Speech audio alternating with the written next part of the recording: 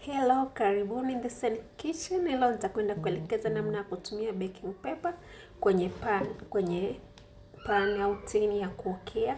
Wengi wamekuwa wakishindwa kutumia baking paper kwa sababu ya umbo lake sio duara wala sio square. Inakuwa ni ndefu, kwa unakadiria size ambayo unataka. So vitu vya msingi ambavyo utakuwa navyo ni baking paper, tini yako ya kuokea pamoja na mkasi kwa ajili ya kukata shape ile ambayo inatakiwa. Kwa cha kwanza nitakwenda kuweka hii tini yangu, nitaigeuza hivi ili niweze kupima size ya baking paper ambayo nitaitumia. Nimekadiria size kama hii hapa.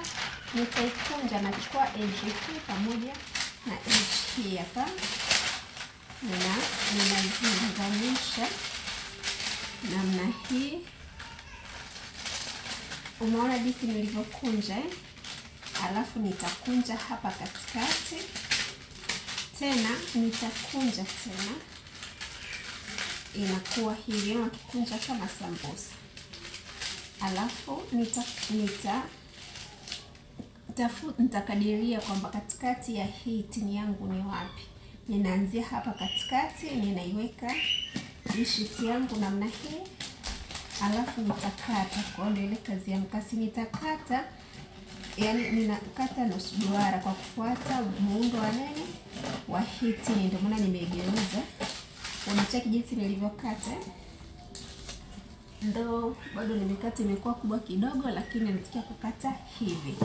Unacheki kwa ni hii kunjua hii tini. Hii sheet itakuwa namna hii. Sijakata duara zuri, lakini ndio namna ya kukata. Kwa ukishageuza hapo tini yako unakuwa umeshaipaka blue band au mafuta pamoja na unga umenyunyizia. Kwa nitaiweka hii tini kwa ndani hivi.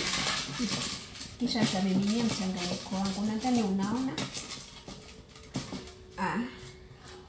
jinsi nilivyokata. Kukata vizuri, lakini ndio namna ya kukata hivi. Ukiweka mchanganyiko wako wa keki, ukioka keki yako itatoka nzuri, haitaungua chini, itatoka na rangi ya golden brown nzuri kabisa.